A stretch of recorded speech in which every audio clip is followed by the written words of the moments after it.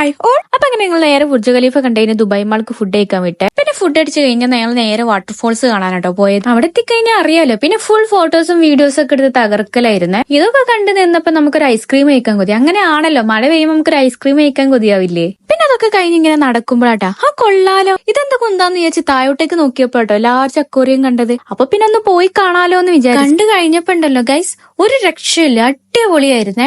അതിങ്ങനെ നമ്മൾ അറിയാതെ തന്നെ ഇങ്ങനെ നോക്കി നിന്ന് പോകും. അത്രക്ക് രസമുണ്ടായിരുന്നു കാണാൻ. ശരിക്കും പറയാലോ, ഞാൻ ഇങ്ങനെ നോക്കി നിന്ന് ടൈം പോയത് അറിഞ്ഞതേ ഇല്ല. പുറത്ത് ഇനിയും കാണാനുണ്ട് എന്നും പറഞ്ഞ് ഇക്കെന്നെ വിളിച്ചപ്പോഴാട്ടോ ഞാൻ അവിടുന്ന് പോയത്. പുറത്ത് പോയപ്പോ പുറത്തും നല്ല രസമുണ്ടായിരുന്നു കാണാന്. പോരാത്തിന് നല്ല തിരക്കായിരുന്നു. അപ്പൊ ഇക്ക പറഞ്ഞ നോർമലി ഇവിടെ ഇങ്ങനെ തന്നെയാണ്, നല്ല തിരക്കാണെന്ന്. പിന്നെ ഇവിടെ നിന്ന് ഓരോന്ന് കണ്ട് ആസ്വദിക്കുള്ള വാട്ടർ ഫൗണ്ടൈൻ സൗണ്ട് കേട്ടത്. പിന്നെ അങ്ങോട്ടേക്കായി ഓട്ടം.